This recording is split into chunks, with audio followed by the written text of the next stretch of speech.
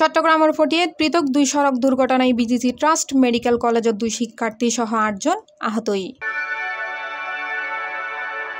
আগস্টের ৬ তারিখ ফজর ৯:৩০টার দিকে শান্তিরহাট এলাকা ও বাইপাস সড়কের কচুয়াই এলাকাত এই দুর্ঘটনা দুনুও ঘটে।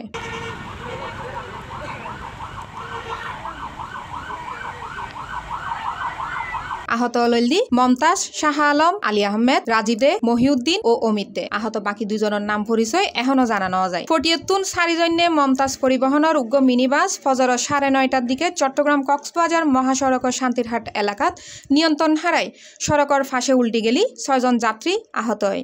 স্থানীয় মানুষজন কর্ণফুলি মডার্ন ফায়ার সার্ভিস এবং হাইওয়ে পুলিশ আহত হলরে উদ্ধার করে বিভিন্ন হাসপাতালত ফাটায়।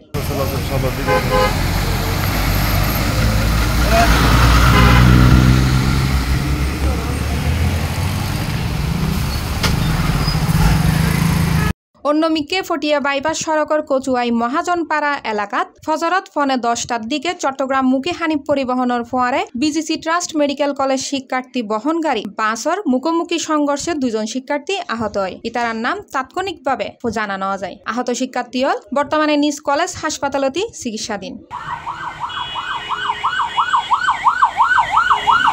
ফটিয়া হাইওয়ে থানার ইনচার্জ মোহাম্মদ জসিমউদ্দিন হয় পৃথক দুর্ঘটনাত আহত হলরে উদ্ধার করে চিকিৎসা দেওয়ার। দুর্ঘটনা কবলিত বাস দুনুয়ান থানার হেফাজতত আছে। Desk news, C+ TV, Chittagong.